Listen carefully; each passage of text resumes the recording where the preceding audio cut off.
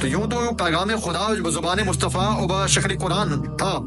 اصل مقصد کیا تھا اس کا کہ رب کے اس قرآن کو، کلام کو، ہدایت والی کتاب کو لوگوں تک پہنچایا جائے، اس کے اندر کیا ہے وہ بتایا جائے. مقصد یہ تھا. المدینہ ویلفیئر ٹرسٹ کے تعلق سے آپ حاج صاحب آپ کے سامنے آ رہے ہیں. حضرت صاحب آپ حضرات سے گزارش ہے صلو علیہ وسلم علیکہ یا رسول اللہ. تو میں عرض کر رہا تھا ابھی قرآن مقدس جو ہے رب کی جانب سے آیا ہے لوگوں کی ہدایت کے لیے، نجات کے لیے، شفا کے لیے. آپ قرآن مقدس کی جو پہلی آیت ہے اگر آپ غور کریں گے، سب سے پہلی آیت قرآن پاک کے اندر مختلف قسم کے جو ہے رموز بھی ہیں، احکامات بھی ہیں، اور ہر ایک کی رسائی وہاں تک نہیں ہو سکتی ہے. جیسے سمندر کے اندر اگر کوئی جائے گا غوطہ زن اور وہاں سے ہیرے جواہرات یا سمندر کے اندر جو قیمتی چیزیں ہیں وہ نکالے گا، تو وہاں پر وہی جائے گا جو اس کے اندر سمندر کے اندر تیرنا جانتا ہوگا. جانا اور واپس آنا، نکالنا، پہچان اس کو ہوگی، وہی جا سکتا. ہر ایک جو سمندر میں نہیں کودتا ہے. یہ قرآن مقدس کے اندر یہ بہت ایسے رموز ہیں، بہت ایسے احکامات ہیں کہ جہاں تک رسائی سب کی ممکن نہیں ہے. کیوں نہیں ہے ممکن؟ کسی لیے جو ہے بڑی تعلیم کی ضرورت ہوتی ہے. تو قرآن مقدس کے اندر کچھ ایسے احکامات ہیں جو بالکل آسان ہیں سب کے لیے. ہاں، بعض محدثین نے یہ کہا ہے کہ یہ جو اس طرح کے حروف مقطعات ہیں، الف لام میم وغیرہ، تو ان کے اندر جو علوم پوشیدہ ہیں، رموز ہیں، وہ اللہ نے اپنے نبی سے جو باتیں کی ہیں وہ اللہ جانے، اللہ کا رسول جانے، بس. تو اس کے بعد فرمایا ذالک الکتاب لا ریب فیہ، یہ وہ کتاب ہے جس میں کوئی شک نہیں ہے. پہلے کہہ دیا رب نے. یعنی کہ دنیا کا دستور ہے کہ میں نے کوئی کتاب لکھی تو آپ کو تیچی نہیں کریں گے، آپ نے لکھی تو میں نے کہا دی. یہ دنیا کے اندر دستور ہے، آپ کا کام مجھے پسند نہیں، میرا آپ کو پسند نہیں ہے. لیکن رب کائنات نے پہلے ہی آیت کے اندر جو باخبر کیا تمام کائنات کو، تمام لوگوں کو، کہ باقی کتابیں الگ ہیں لیکن یہ کتاب الگ ہے. اس کا جو ایک سٹیٹس الگ ہے اس کتاب کا، چونکہ سابقہ بہت سی کتابیں اور بھی آئی ہیں جس میں 4 معروف سب جانتے ہیں، زبور، انجیل، توریت، تو قرآن مقدس، اور اس کے علاوہ کچھ 100 صحیفے اور بھی جو ہے رب کی جانب سے نازل ہوئے ہیں جو مختلف انبیاء کے نام پر ان اقوام کے لیے آئے. لیکن ان کے لیے کیا تھا کہ وہ ان کے لیے لمٹ تھی. کوئی کسی قوم کے لیے، کسی قبیلے کے لیے، علاقے کے لیے وہ بن کے آئے تھے، رب کی جانب سے کتابیں آئی تھیں. لیکن قرآن مقدس جب رب نے نازل کیا تو سابقہ آسمانی ساری کتابوں کے احکامات کو منسوخ کر دیا اس قرآن نے. کوئی بھی اب توریت، زبور، انجیل کی بات اب نہیں چلے گی. اگر اقوام عالم کے لیے کچھ احکامات رب کی جانب سے ہے وہ قرآن ہے. اور قرآن نے جو ہے ایک ایسا اصول لایا ہے، ایسا ضابطہ لایا ہے کہ اب اس کتاب کا کوئی ناسخ، کوئی منسوخ نہیں کر سکتا اس کے احکامات کو. اب یہی رہے گا. اور جیسے قرآن مقدس ہمیشہ کے لیے ہے، جہاں جہاں تک لوگ بستے ہوں ان کے لیے یہ ہدایت کا رب کی جانب سے جو ہے بہت عظیم نسخہ آیا ہے، ایسے ہی سابقہ انبیاء جو آئے ان کے لیے بھی لمٹ تھی. کوئی کسی قوم کے لیے، قبیلے کے لیے، علاقے کے لیے، زمانے کے لیے قید تھا. لیکن جب پیارے آقا آئے ہیں، صاحب قرآن جب آئے ہیں، ان کے لیے نہ زمانے کی قید، نہ علاقے کی حد، نہ قوم کی حد، بلکہ جہاں جہاں تک رب کی خدائی ہے وہاں تک رسول کی رسالت بھی ہے، سب کے لیے. اس کے فرما وما ارسلناک الا رحمۃ للعالمین، سب کے لیے. یہ دنیا نہیں، آسمان زمین کے بیچ جو مخلوق ہے سب کے لیے رب نے نبی کو رحمت بنا کر کے بھیجا. تیرے قرآن کی بھی عظمت اور صاحب قرآن کی بھی عظمت. تو قرآن اور صاحب قرآن سے مسلمان کا تعلق کیا ہے یہ دیکھنا تھوڑا سا.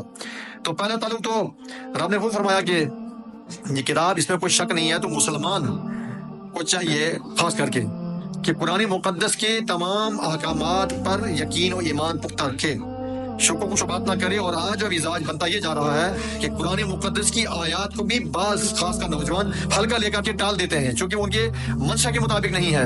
میں چاہتا ہوں ایسا ہونا چاہیے، اس کی مرضی کے مطابق نہیں ہے. چونکہ میں کسی اور کا فالوور ہوں، میں کسی اور کا جو ہے چاہنے والا ہوں، میں اس اسپیکر کو پسند کرتا ہوں. اب قرآن پاک کی آیت جو ہے دوسرے پیش کر دے اس کو بھی ہلکا لیتا ہوں. تو قرآن مقدس کی جمیع آیات اور ان کے تمام الفاظ اور تمام حرکات و سکنات پر ایمان رکھنا ضروری ہے. اگر کہیں شک کر لیا تو ایمان ہی چلا گیا. پہلی بات یہ. دوسری بات یہ کہ قرآن مقدس نے خود کہا کہ آپ دنیا کی کتابیں جب چاہتے تھے، جہاں چاہتے تھے، جیسے چاہتے تھے پڑھتے تھے، لیٹتے اٹھتے بیٹھتے، پاک ناپاک کس حال میں ہو. لیکن قرآن نے دوسرا ضابطہ بتایا کہ یہ قرآن ہے، رب نے فرمایا کہ لا یمسہ الا المطہرون، اس کو نہیں کوئی چھو سکتا ہے، چھو نہیں سکتا، پڑھنا دور سے چھو نہیں سکتا ہے جب تک وہ پاک صاف نہ ہو. یعنی اس کے تن، بدن، کپڑے، جگہ سب پاکیزہ ہو تب قرآن پاک کو چھوئے گا. اس سے پہلے جو سکتا ہے. کیا ہے قرآن مقدس کی اتنی اہمیت جو ہے گھٹتی جا رہی ہے اللہ نے ہٹائے یہ تو اللہ استعمال فرمائے گا. لیکن ہم نے دیکھا بعض اوقات ہمارے ملک ہندوستان یا تو نہیں ہے لیکن باہر ہم نے جب دیکھا تو قرآن مقدس کو جوتوں کی رائے کے اندر رکھا جاتا ہے, قرآن مقدس کو نیچے رکھ کر بیٹھا جاتا ہے, قرآن مقدس کو پھینکا جاتا ہے, قرآن مقدس کو زمین پر ڈال دیا جاتا ہے. اور یہ آپ نے مشاہدہ بالخصوص جو عرب میں جاتے ہیں انہیں دیکھا ہوگا. تو گویا کہ ایک عجیب سا ماحول پیدا کیا جاتا ہے, قرآن پاک کی عظمت کو جو ہے اس کا ادب جو ہے چھوڑا جا رہا ہے. جبکہ پیارے آقا فرماتے ہیں دین کلو ادب, یہ دین پورے کا پورا ادب ہے. یعنی قرآن کا ادب, صاحب قرآن کا ادب, اولیاء کا ادب, صحابہ کا ادب, اہل بیت کا ادب, ماں باپ کا ادب, اپنے بڑوں کا ادب, یہ تو قرآن نے دین نے سکھایا ہے. تو جب قرآن ہی کا ادب کوئی نہ کرے تو وہ کیا ادب والا, یہ بے ادب ہو سکتا ہے. اب قرآن مقدس کے اندر خالق کائنات نے فضائل بھی بتائے, احکامات بھی بتائے اور کوئی وعیدات بھی ہیں. یعنی فضائل کیا ہے کہ زکوٰۃ دیں گے تو یہ ثواب ملے گا, نہیں دیں گے تو یہ عذاب ہوگا. یہ دو چیزیں ہیں. جنت کیا ہے, جہنم کیا, پوری تفصیل کے اندر ہے. تو قرآن مقدس نے جو ہے یہاں پر ایک چیز اور بھی بتائی کہ ولا حبۃ ولا, یعنی جو بھی چیزیں ہیں اس قرآن پاک کے اندر موجود ہیں. لا رطب ولا یابس الا فی کتاب مبین, لا رطب ولا یابس, یعنی خشکی کی بات یا تری کی بات جو بھی ہے. دو کیفیت ہوتی ہیں پوری دنیا کے اندر, یا آبی یا پھر خشکی. تو انسان ہو اس میں, یا حیوان ہو, یا جنگل ہو, جو بھی ہو. تو قرآن نے کہا کہ خشکی کی بات یا تری کی بات وہ سب اس کے اندر موجود ہے اس قرآن پاک کے اندر. اور قرآن مقدس کو پڑھنے کی ضرورت ہے, اس کو سمجھنے کی ضرورت ہے. قرآن مقدس کے بارے میں پیارے آقا کیا فرماتے ہیں وہ سننا ہے. قرآن نے اپنا تعارف پیش کیا ہے اور اپنے رب کی جانب سے قرآن جس پر نازل ہوا قرآن پاک اس کے بھی تعارف پیش کرتا ہے. قرآن مقدس خالق کائنات ہمیں عطا کیا ہے. اور پیارے آقا کیا فرماتے ہیں قرآن کے بارے میں, سبحان اللہ. کیونکہ کچھ لوگ قرآن پاک کی تعلیم کی بات کرتے ہیں, قرآن پاک کی محبت کی بات کرتے ہیں, قرآن پاک کو عام کرنے کی بات کرتے ہیں, لیکن جب عظمت مصطفیٰ آتی ہے وہاں پر جو ہے وہ ڈس بیلنس ہو جاتے ہیں, وہاں پر جو ہے وہ تھوڑا سا ذہن جو ہے الگ کر دیتے ہیں, وہاں پر کچھ اور پیغام دیتے ہیں. حالانکہ قرآن کے بارے میں پیارے آقا نے کیا فرمایا, فرمایا کہ وہ سینہ جس میں قرآن نہیں ہے وہ ویران مکان کی طرح ہے. وہ سینہ جس سینے میں قرآن سے کچھ نہ ہو وہ ویران مکان کی طرح ہے. ویران مکان, ہمارے مکان بن جائے کہیں پر ہم بس نہ جائیں اس میں, اس مکان کی حالت کیا ہوگی. تو مسلمان کا سینہ کدورت, نفاق, ان تمام چیزوں سے خالی ہو اور اس کے اندر ہو تو پھر کرام الہی ہو, رکوعات ہوں, سپارے ہوں, صورتیں ہوں, یہ چیزیں قرآن پاک کی جو ہے سینے میں ہو جائیں, یہی ہمیں کام کرنا ہے. اور دوسرے مقام پر فرمایا کہ یہ تو عام حدیث پاک آپ نے کئی بار سنی ہے, خیرکم من تعلم القرآن وعلمہ, خیرکم من تعلم القرآن, خیرکم تم میں سے بہتر ہے, تم میں سے, چاہے وہ گاؤں میں ہو, دیہات میں ہو, شہر میں ہو, ملک میں ہو, باہر ہو, تم میں سے جتنے بھی تم ہو. اور رنگ, نسل, ذات, پیسہ, منصب, حکومت, خاندان کی بات نہیں ہے. خیرکم من تعلم القرآن, خیرکم من تعلم, تم میں سے بہتر وہ ہے جو قرآن پاک کو سیکھے اور سکھائے. کوئی بھی ہو, کپڑے پھٹے ہوں, آپ کا رشتہ دار نہ ہو, گاؤں کا نہ ہو, چاہے وہ اپاہج کیوں نہ ہو, لنگڑا کیوں نہ ہو, لولا کیوں نہ ہو, اگر وہ قرآن پڑھ رہا ہے یا پڑھا رہا ہے تو پیارے آقا نے فرمایا. آج پر آپ تھوڑا تناظر میں دیکھیے ہمارے ذہن کیا ہے. جو حفاظ آج ہمارے سامنے مساجد میں آتے ہیں یا طلبہ جو ہے دین سیکھتے ہیں, ان کو ہم کیا حیثیت دیتے ہیں, ان کے ساتھ ہمارا تعلق اور برتاؤ کیا ہوتا ہے, اس کو بھی آپ تھوڑا ذہن میں رکھیں. ابھی تو اللہ کا شکر ہے کہ ہمارے ہاں ہم تھوڑا پسماندہ علاقے میں رہتے ہیں کہ چیزیں نہیں آئی ہیں, لیکن باہر جا کے دیکھیں گے یہ داڑھی رکھنا, ٹوپی سجانا, اور یہ حافظ, قاری, عالم, مولوی جو ہے جو دین و ملت کی بات کرتے ہیں, ان کو ایک اضافی چیز سمجھ کر کے ان کی بات رد کیا جاتا ہے. حالانکہ ان کی عظمت کیا ہے. قرآن پاک کی آیت میں رب فرماتا ہے کہ وما یعقلها الا العالمون, وما یعقلها الا العالمون, سمجھدار کوئی نہیں مگر کہ عالم. یعنی عالم کے سوا کوئی سمجھدار نہیں ہے, قرآن نے کہا ہے. قرآن کیوں سمجھدار کہا, کیونکہ وہ اگر عالم ہوگا, صحیح عالم ربانی, صحیح عالم ہوگا, تو اس نے اس قرآن پاک کو پڑھ کر کے دین کی بات کرنی ہے, عبادت کرنی ہے, لوگوں کو سمجھانا, بتانا ہے, اس راستے پر ڈالنا ہے.